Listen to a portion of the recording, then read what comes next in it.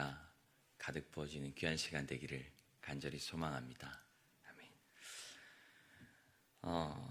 바벨론의 포로가 되어서 고통스러운 나날을 보내고 있던 이스라엘은 회복되지 못하는 이유가 하나님과의 관계가 회복되지 못했기 때문이라고 생각했습니다. 그리고 그 중심에는 바로 성전이 있다고 여겼는데요.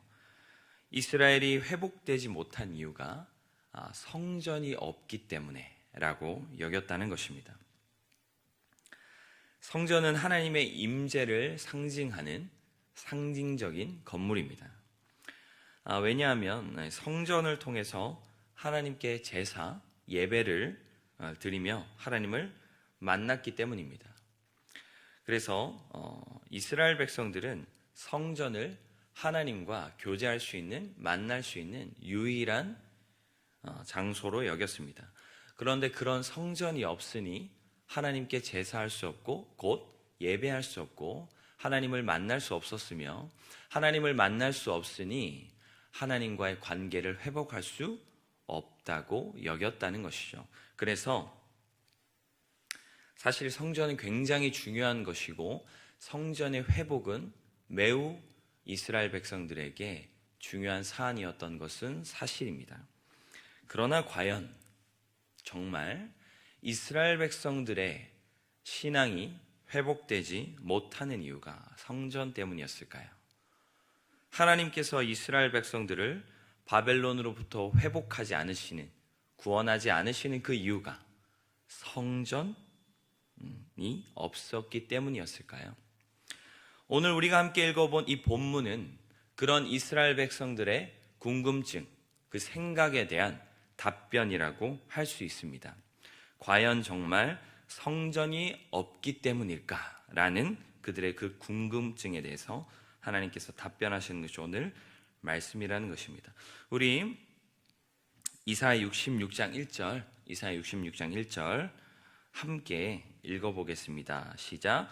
여호와께서 이와 같이 말씀하시되 하늘은 나의 보좌요 땅은 나의 발판이니 너희가 나를 위하여 무슨 집을 지으랴? 내가 안식할 처소가 어디 있으랴? 네. 하나님께서 지금 말씀하시는 것은 하늘은 나의 보좌다, 땅은 나의 발판이다 이렇게 말씀하시는 것은 천지가 다 나의 집이다 라고 이렇게 말씀을 하시는 겁니다.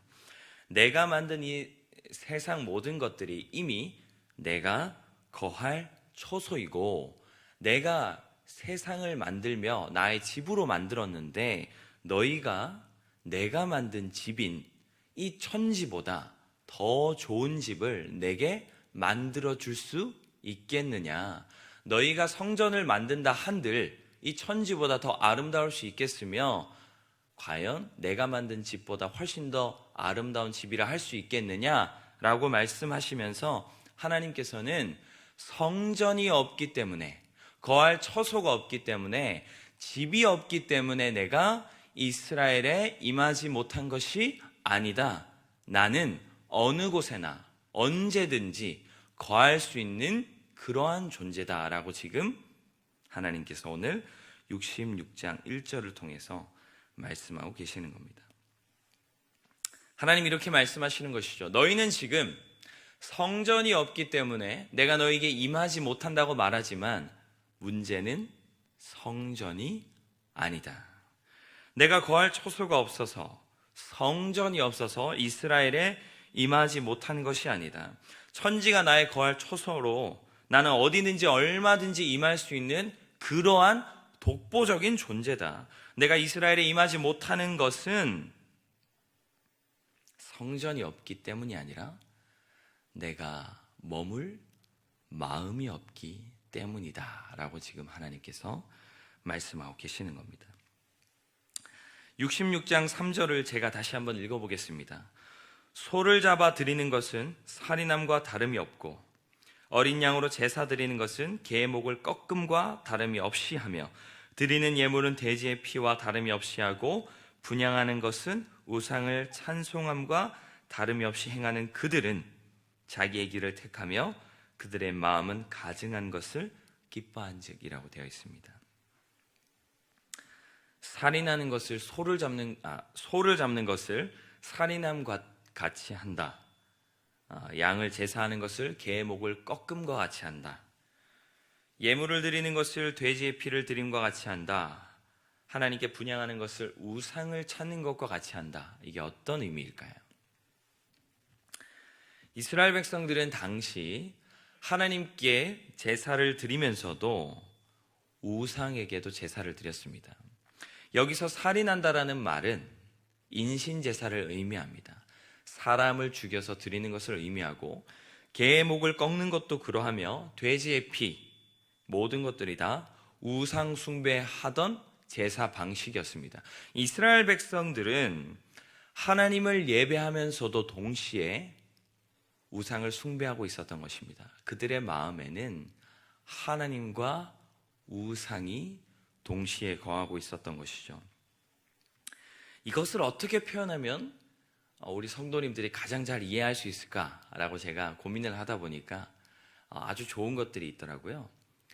분산투자라고 하죠. 분산투자.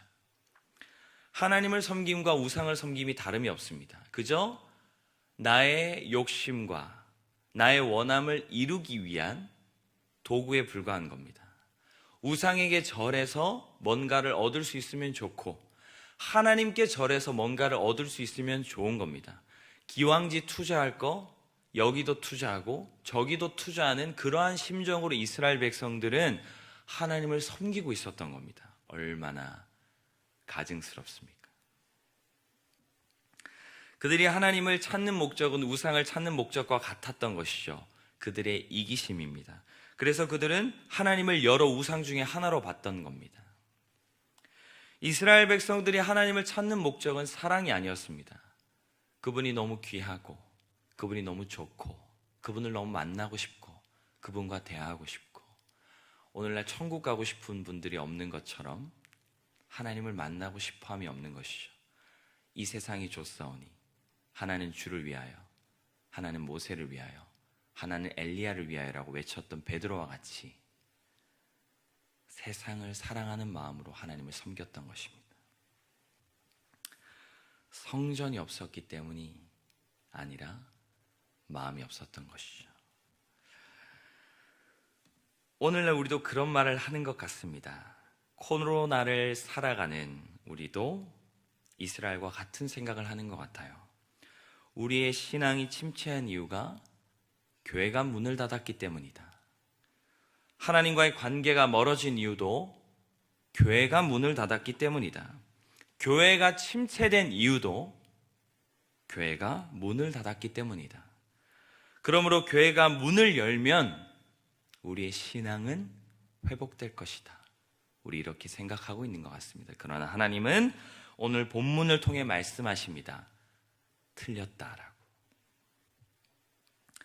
이스라엘이 하나님과의 관계가 멀어진 것은 바벨론의 공격으로 성전이 무너졌기 때문이 아니라 그 이전이었습니다. 한국교회가 하나님과의 관계가 멀어진 것도 코로나로 교회가 문을 닫았기 때문이 아니라 그 이전부터였습니다. 우리의 신앙, 하나님과의 관계, 교회의 침체는 교회가 문을 닫기 이전에 이미 일어나고 있었습니다. 왜 그렇죠? 우리의 마음이 하나님으로부터 떠났기 때문입니다. 우리의 마음이 하나님으로부터 떠난 데에는 교회가 문을 닫느냐, 문을 여느냐와는 아무런 상관이 없었습니다. 교회가 문을 열었을 때에도 우리의 신앙은 하나님 보시기에 기뻐하지 않는 모습이었던 것이죠. 그러므로 과연 우리가 교회가 문을 연다 한들 신앙이 회복될 수 있을까요? 그렇지 않습니다. 그렇지 않습니다. 아무리 교회가 문을 연다고 해도 처음엔 신선하겠죠. 감격스러울 것입니다. 그러나 우리의 마음이 준비되어 있지 않으면 그것이 몇 주 가지 못할 거예요. 하나님 왜 자꾸 열었다 닫았다 열었다 닫았다 하실까요? 거기에 그 이유가 있는 것이죠. 교회가 문을 여느냐가 중요한 것이 아닙니다. 우리의 마음입니다. 그런데 오늘날 우리는 자꾸 이렇게 기도하는 것 같습니다. 하나님, 빨리 이 교회를 회복시켜 주세요. 교회의 문을 빨리 열어주세요. 교회가 자꾸 문을 닫고 있으니까 우리의 신앙이 자꾸 침체되는 것 같아요. 우리가 자꾸 하나님 만나지 못하는 것 같아요. 이스라엘 백성들도 똑같이 기도했습니다. 하나님, 성전을 회복하여 주세요. 성전이 무너져 있으니 하나님께 제사할 수 없고 하나님께 제사할 수 없으니 우리의 신앙이 회복되지 못합니다 라고 하나님께 부르짖었던 이스라엘 백성들에게 하나님 말씀하시는 것은 성전이 없기 때문에 내가 임하지 못하는 것이 아니다. 교회가 문을 닫았기 때문에 하나님께서 우리에게 임하지 못하는 것이 아니라 우리의 마음의 문이 닫혔기 때문에 하나님께서 임하지 못하시는 것이라고 말씀하시는 것이죠. 그러므로 우리가 오늘 기도해야 될 것은, 그리고 우리가 앞으로 기도해야 될 것은, 그리고 우리가 바라며 소원해야 될 것은 닫혀있는 이 교회를 위해서가 아니라 닫혀있는 우리의 마음을 위해서여야 할 줄 믿습니다. 오늘 하루 기도하실 때, 이번 한 주 살아가실 때 여러분들의 마음을 깊이 묵상하시고 점검하셨으면 좋겠고, 또한 여러분들의 마음을 위해